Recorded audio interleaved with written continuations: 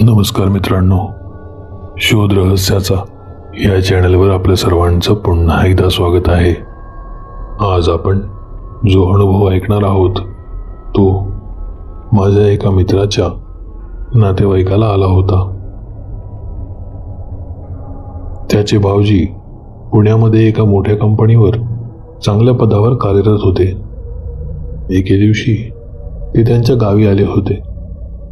त्यांच्या गावी आल्यानंतर गावातल्या बऱ्याच जणांशी त्यांची ओळख झाली. त्यांच्या घरासमोर एक अशी व्यक्ती राहायची जिला गावातले सर्व लोक घाबरून राहत होते, कारण गावातल्या लोकांचे असे म्हणणे होते की ती व्यक्ती आपल्यावर करणी करते. काही कारणावरून माझ्या मित्राच्या भाऊजीचे त्या व्यक्तीसोबत थोडे वाद झाले होते. नंतर काही दिवसांनी ते पुण्याला परत गेले.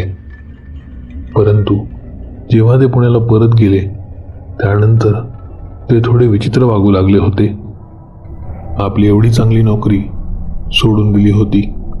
काहीही कारण नसताना त्यांनी ऑफिसमध्ये वाद घालून आपली नोकरी सोडली. त्यानंतर ते घरीच राहत होते. आमच्या घरच्यांना थोडा संशय आला की कदाचित या बाईसोबत भांडण झाल्यामुळेच हा सर्व प्रकार घडला असावा. हिने नक्कीच त्यांच्यावर करणी केली असणार. त्यामुळे माझ्या मित्राच्या घरच्यांनी त्यांच्या ओळखीच्या असलेल्या एका व्यक्तीकडे भेट दिली आणि त्याला घडला सर्व प्रकार सांगितला.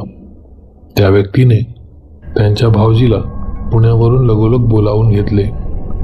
जेव्हा ते तिथे आले तेव्हा त्यांच्याकडे पाहता क्षणी त्या व्यक्तीला थोडं विचित्र वाटलं. त्याने त्यांच्या डोक्यावरनं 2 लिंबू मंत्रून काढले आणि जेव्हा ते लिंबू चिरले गेले तेव्हा त्यातून रक्त बाहेर आले. तो समजून गेला की नक्कीच यांच्यावर कोणीतरी करणी केलेली आहे. तेव्हा त्या व्यक्तीने त्यांना सांगितले, मी तुम्हाला काही मंत्र मारून हे लिंब देतो.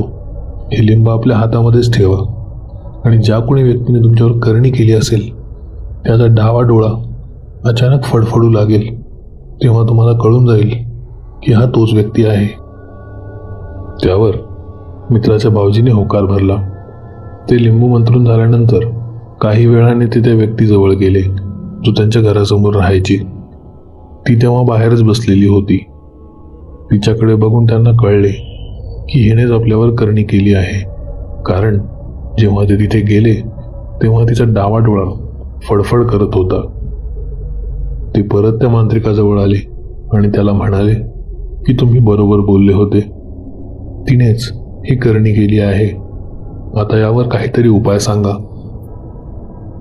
तसे त्या मांत्रिकाने येत्या अमावस्येच्या रात्री एक पूजा करायला सांगितली.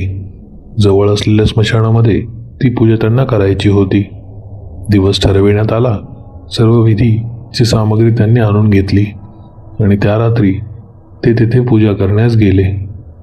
परंतु त्याने सांगितले होते की काहीही झाले तरी इकडे तिकडे बघायचे नाही. तुम्हाला बऱ्याच काही विचित्र गोष्टी दिसतील, पण त्या सर्व गोष्टीकडे दुर्लक्ष करा. तुम्हाला काहीही हानी पोहोचणार नाही. शेवटी अमावस्येची ती काळी रात्र आली आणि त्यांनी ती पूजा घालण्यासाठी स्मशानामध्ये आपले प्रस्थान मांडले. तिथे त्याने मध्यभागी त्या व्यक्तीला बसवून तिथे एक कवटी ठेवली होती आणि तो त्यावर पूजा करू लागला होता. जेव्हा ती पूजा सुरू होती तेव्हा त्यांना आजूबाजूला बऱ्याच विचित्र गोष्टी दिसू लागल्या होत्या. कोणती काळी सावली किंवा एखादी दुसरशी पांढरी आकृती. पण भाऊजींनी त्या सर्व गोष्टीकडे दुर्लक्ष केले आणि ते पूजा करतच राहिले. जेव्हा ती पूजा संपन्न झाली तेव्हा एक विक्षिप्त अशी किंकाळी परिसरात घुमली. जणू कोणाला तरी भयंकर वेदना होत होत्या. तेव्हा भाऊजींनी त्या मांत्रिकाला विचारले, माझं सर्व ठीक झालंय ना? त्यावर त्याने होकार भरला.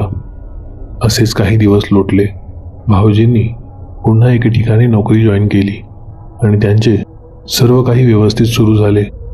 त्यांना त्या करणीनंतर थोडाफार त्रास व्हायचा, तोही आता बंद झाला होता.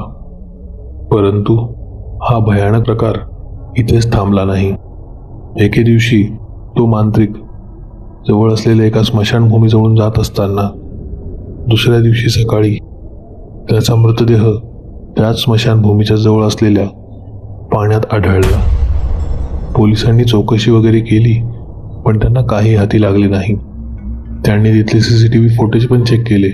त्यामध्ये तो इसम वाटेने जाताना तर दिसला, पण एका जागी CCTV फुटेज क्रॅश झाले आणि त्यानंतर थोड्या वेळाने CCTV फुटेज पुन्हा स्टार्ट झाल्यानंतर फक्त त्याचा मृतदेह पाण्यावर तरंगताना दिसत होता. आता पोलीस गोंधळात पडले होते की नेमका हा काय प्रकार आहे. त्याच्या शरीरावर कसलेही व्रण नव्हते. त्यामुळे पोलिसांनी त्या केसला आत्महत्या म्हणून घोषित केले आणि ती फाईल बंद करून टाकली.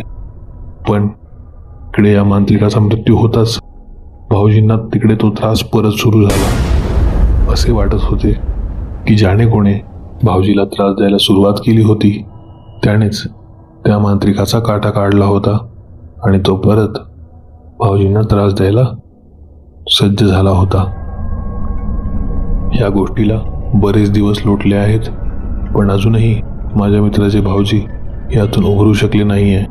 त्यांना अजूनही तो त्रास तसाच होत राहतो.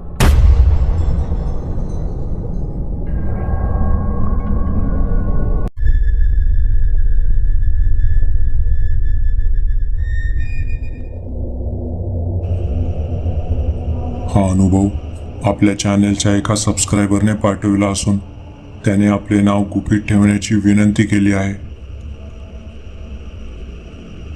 मी एका छोट्याशा खेडेगावात राहायचो. आमच्या गावापासूनच काही अंतरावर एक मोठा डोंगर होता.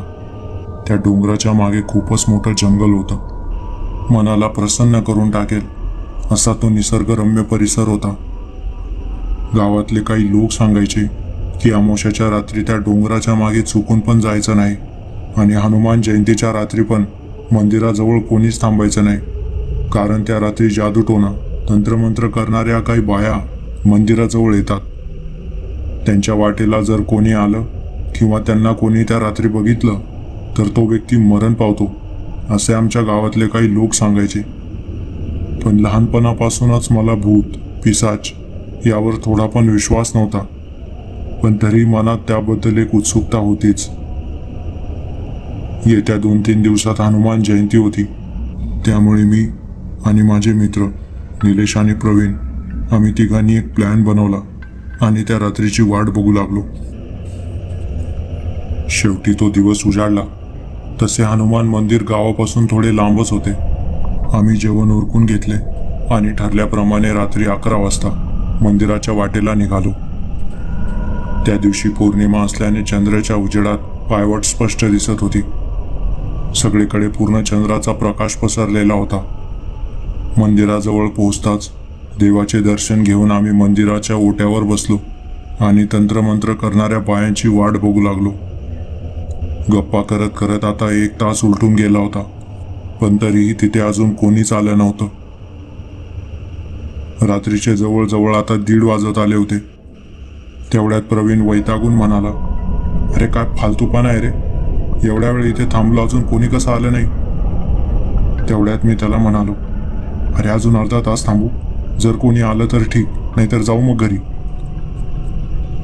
आम्ही अजून अर्धा तास थांबलो, पण कोणीच आलं नाही. शेवटी कंटाळून आम्ही घरी निघालो. गावात पोचल्यावर मंदिराच्या दिशेकडून जोरजोरात कुत्र्यांचा आवाज ऐकू आला, पण आम्ही त्याकडे दुर्लक्ष केलं. असेच काही 10-12 दिवस उलटले. रोज सारखे आम्ही सगळेजण सायंकाळी कट्ट्यावर येऊन जमलो. अशाच काही गप्पा करता करता माझ्या समोर बसलेला विनोद अचानक भूतांच्या गोष्टी करू लागला.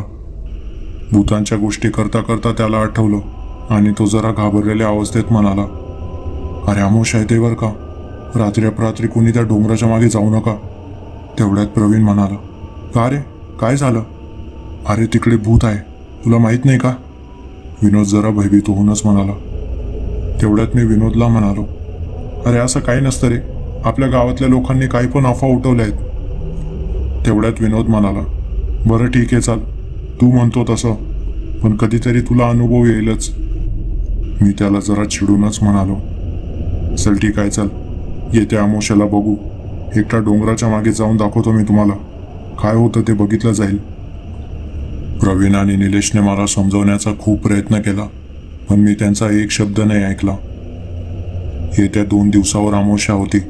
मी स्वतःशी निश्चय केला होता की डोंगरामागे जाऊनच दाखवेन. शेवटी तो दिवस उजाडला. रात्री आम्ही सगळेजण पुन्हा भेटलो. मी विनोदला म्हणालो, त्या डोंगरामागे भूत वगैरे काहीच नाही, आज हे तुला सिद्धच करून दाखवतो.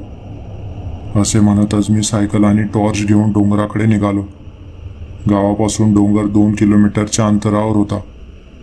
सगळीकडे पूर्ण काळोख पसरला होता. टॉर्चच्या उजेडात थोडंफारच दिसत होतं. आता मेन रोड संपत आला होता आणि डोंगराचा कच्चा रस्ता लागला. डोंगराचा कच्चा रस्ता खूपच अरुंद आणि खडकाळ होता. त्यामुळे मी तिथेच सायकल लावून डोंगराकडे पायी निघालो.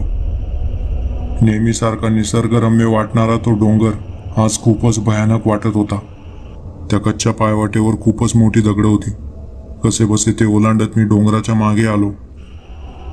मी माझ्या चारी बाजूला एक नजर फिरवली, पण तिथे भूत, पिशाच असल्या कोणत्याच अमानवीय शक्तीचा आभास मला जाणवला नाही. थोड्या वेळ मी तिथेच थांबण्याचा निर्णय घेतला. साधारणतः मी अर्धा तास थांबलो आणि स्वतःशीच हसत म्हणालो, किती मूर्ख आहे तो विनोद, असल्या फालतू भूत पिशाचवर विश्वास ठेवतो. असे म्हणतच मी सायकलकडे जाण्यासाठी वळालो आणि तोच मागून कसला तरी आवाज आला. मी मागे वळून बघितलं तर समजलो तो आवाज झाडाच्या फांद्यांचा होता.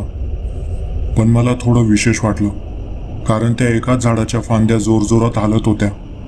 बाकी झाडांकडे बघितलं तर त्यांचं पान सुद्धा हालत नव्हतं. टॉर्चचा प्रकाश लांबपर्यंत जात नसल्यामुळे स्पष्ट काही दिसत नव्हतं. त्यामुळे मी झाडाच्या जवळ गेलो. जवळ गेल्यावर समजलं की ते एका चिंचेचं झाड होतं. मगाशी त्या फांद्या इतक्या जोरजोरात का हालत होत्या? त्यासाठी मी वरती फांद्यांकडे बघितलं आणि पायाखालची जमीनच सरकली. कारण एक म्हातारी त्या झाडाच्या फांदीवर बसून मला एकटक बघत होती. तिचे ते रूप खूपच भयानक होते.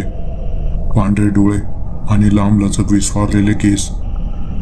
तिला बघून पूर्णपणे हातपायच गळून पडले. मी खूपच प्रचंड घाबरलो होतो. असं वाटत होतं की खूप किंचाळावं, ओरडावं, पण तोंडातून एक शब्द सुद्धा बाहेर पडत नव्हता. मला हे कळून चुकले होते की हे काहीतरी अमानवी आहे. मनातल्या मनातच मी देवाचा दावा सुरू केला आणि त्या चिंचेच्या झाडाखालून कसाबसा पळालो. रस्ता खूपच दगडांनी भरलेला असल्यामुळे पायाला ठेच लागली. कसा तरी पुन्हा उठून मी माझ्या सायकलकडे पळू लागलो. मी पळून जात आहे हे बघताच तिने चवताळून एक कर्णकर्कश आवाज काढला.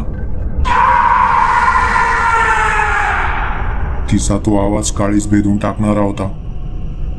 सायकल जवळ पोहोचताच जीवाच्या आकांताने मी सायकल चालवायला सुरुवात केली. केव्हा घरी पोहोचेल केव्हा नाही, मनात फक्त हाच विचार येत होता.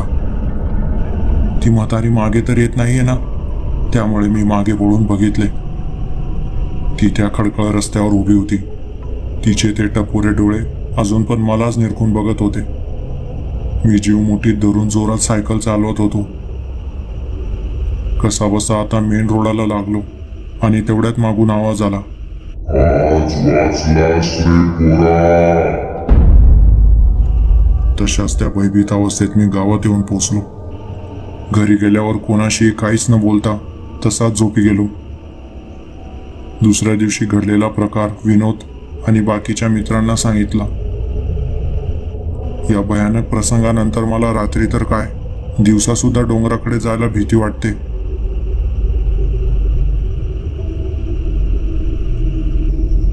तुम्हाला हा व्हिडिओ आवडला असेल तर लाईक आणि शेअर नक्की करा. जर आपल्या चॅनलवर तुम्ही नवीन असाल तर चॅनलला सबस्क्राईब करायला विसरू नका. आपल्या चॅनलवर सध्या सबस्क्रायबर खूप कमी आहेत, त्यामुळे मला तुमच्या सपोर्टची गरज आहे. तुमच्याकडे पण असे काही विचित्र अनुभव असतील तर ते मला पाठवू शकता. लिंक्स मी व्हिडिओच्या डिस्क्रिप्शनमध्ये दिले आहेत.